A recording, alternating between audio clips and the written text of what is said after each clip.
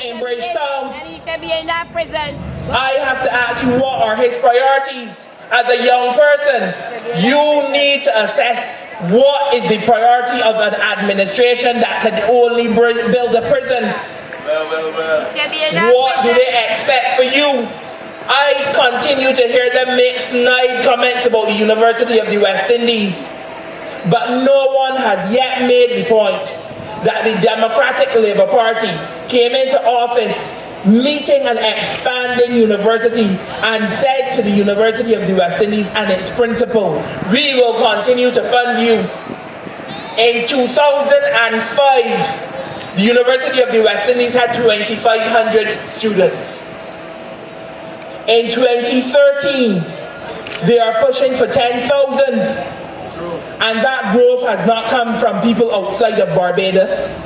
There have been thousands of young Barbadians that have been guaranteed free tertiary education. And the commitment of this party to educating people is important. But we have to look at priorities. When we say we want young people to get education, we have to look at the fact that we need to make sure that the money is being well spent. And by that, I want to talk about something that I've not heard anybody on the Barbados Labour Party platform refer to as yet. And I want to challenge them tonight to tell me what they will do. Well, I've heard them refer to it and they didn't dare to do it on the platform. The Minister of Education made the statement that he was looking to introduce from September 2013 three new sixth form schools. That's right. One at Alexandra, one at St. Leonard's, and the final one at the Springer Memorial School. I have heard people on the other side complain that we should not be bringing Springer Memorial and St. Leonard's into the fold of sixth form schools. And I think that is a crying shame.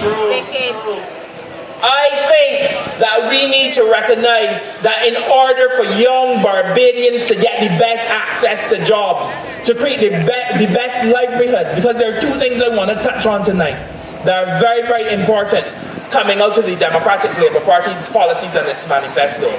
But in order for us to get to the first one, young entrepreneurs employing other young people, there are certain things we need to start to look at. And what we have found is that many of the young people going into the University of the West Indies are not ready. So we took in all these extra people. It takes $30,000 a year at minimum to educate somebody at the University of the West Indies. At minimum, because there are certain degree programs that can go as high as $85,000 a year. Right, and the average would be about 50 in the middle of the two. Now when you look at that, $30,000 and compare it to a sixth form school, where it takes $6,000 per student per year, where there's more attention to every student, where they're allowed to develop to the point where they can actually they're actually free to understand the university culture. They've been developed so that they know how to study on their own. They know how to research on their own, which is a big part of university learning.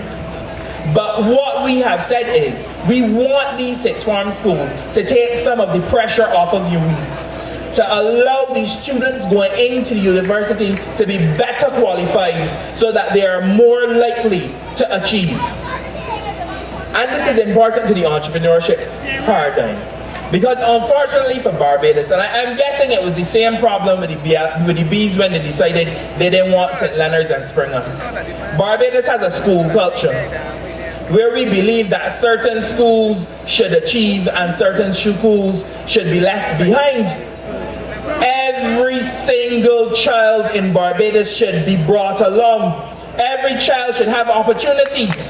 And when we start to think about how we get there, we have to acknowledge that while it was a thing of the past where everybody wanted their son or daughter to be a bank manager and to be a doctor or a lawyer, that there are actually other areas that we need to start developing.